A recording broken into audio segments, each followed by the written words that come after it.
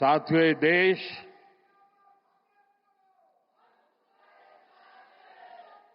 उस महान सांस्कृतिक परंपरा को लेकर के चला है,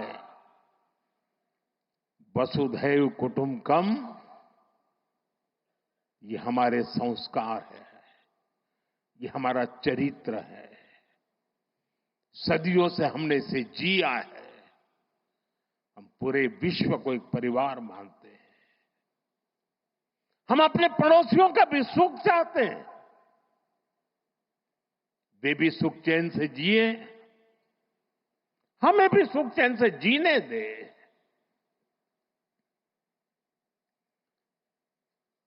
ये हमारा हजारों साल से चिंतन रहा है।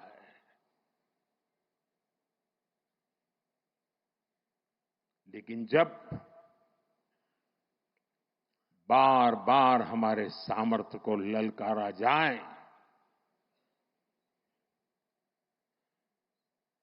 तो ये देश वीरों की भी भूमि है।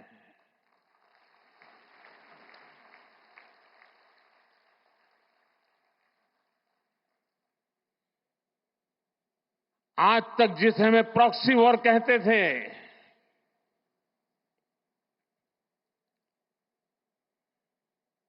6 मई के बाद जो दृश्य देखे गए, उसके बाद हम इसे प्रॉक्सी वॉर कहने की गलती नहीं कर सकते हैं। और इसका कारण है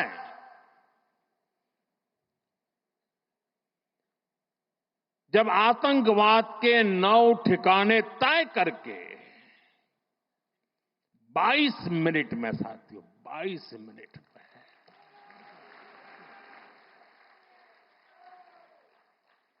उनको ध्वस्त कर दिया। और इस बार तो सब कैमरा के सामने की सारी व्यवस्था रखी थी, ताकि हमारे घर में कोई सबूत न मांगे। अब हमें सबूत नहीं देना पड़ रहा है, वो ऊपर वाला दे रहा है।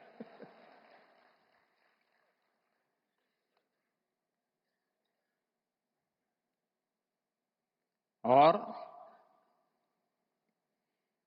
मैं इसलिए कहता हूं, अब ये प्रॉक्सी वॉर नहीं कह सकते इसको, क्योंकि जो आतंकवादियों के जनाजे निकले 6 मई के बाद, जिनका कत्ल हुआ, उस जनाजे को स्टेट ऑनर दिया गया पाकिस्तान में। उनके कॉफिन पे पाकिस्तान के झंडे लगाए गए। उनकी सेना ने उनको सैल्यूट दी। ये सिद्ध करता है कि आतंकवादी गतिविधि प्रॉक्सी वॉर नहीं है, ये आपकी सोची समझी युद्ध की रणनीति है।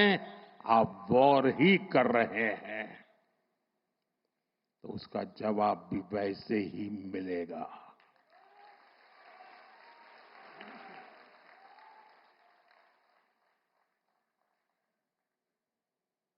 हम अपने काम में लगे थे, प्रगति के राह पे चले थे।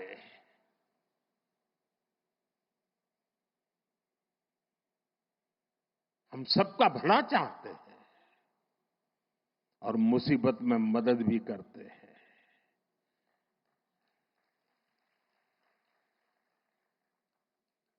लेकिन बदले में खून की नदियां बहती है।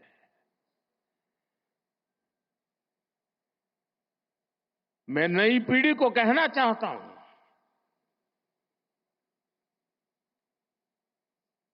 देश को कैसे बर्बाद किया गया है। 1960 में जो इंडस वाटर ट्रीटी हुई है, अगर उसकी बारीकी में जाएंगे तो आप चौंक जाएंगे।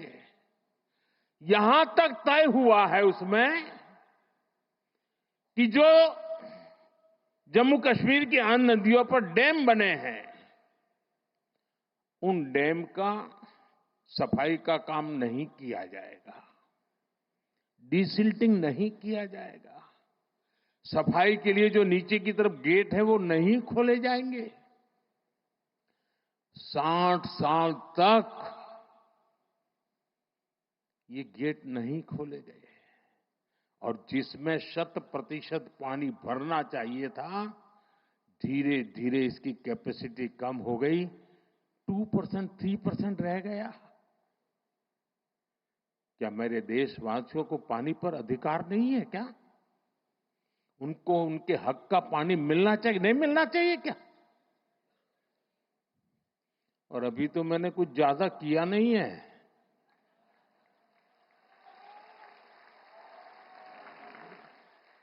अभी तो हमने कहा है कि हमने इसको एबेंस में रखा है, वहां पसीना छूट रहा है। और हमने डैम थोड़े खोल करके सफाई शुरू की, जो कूड़ा कचरा था वो निकाल रहे हैं। इतने से वहां फ्लड आ जाता है। साथियों, हम किसी से दुश्मनी नहीं चाहते हैं, हम सुख चैन की जिंदगी जीना चाहते हैं। हम प्रगति भी इसलिए करना चाहते हैं कि विश्व की भलाई में हम भी कुछ योगदान कर सके।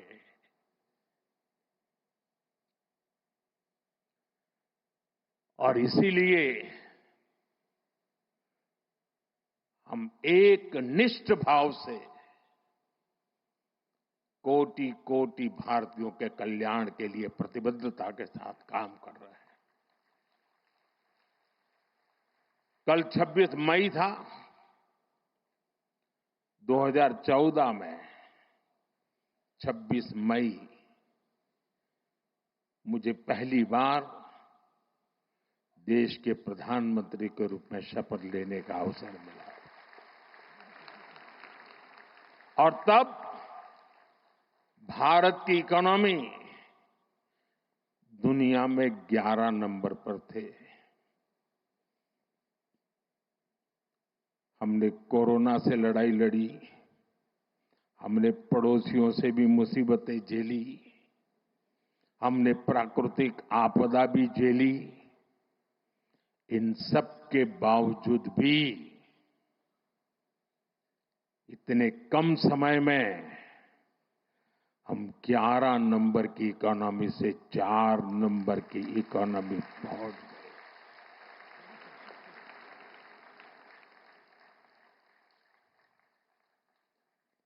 क्योंकि हमारा ये लक्ष्य है, हम विकास चाहते हैं, हम प्रगति चाहते हैं। और एक के बाद योजनाएं। और साथियों, मैं गुजरात का ऋणी हूं।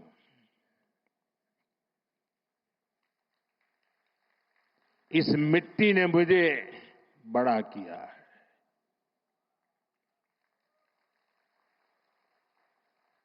यहां से मुझे जो शिक्षा मिली, दीक्षा मिली, यहां से जो मैं आप सबके बीच रह करके सीख पाया, जो मंत्र आपने मुझे दिए, जो सपने आपने मेरे में संजोए, मैं उसे देशवासियों के काम आए इसके लिए कोशिश कर रहा हूं।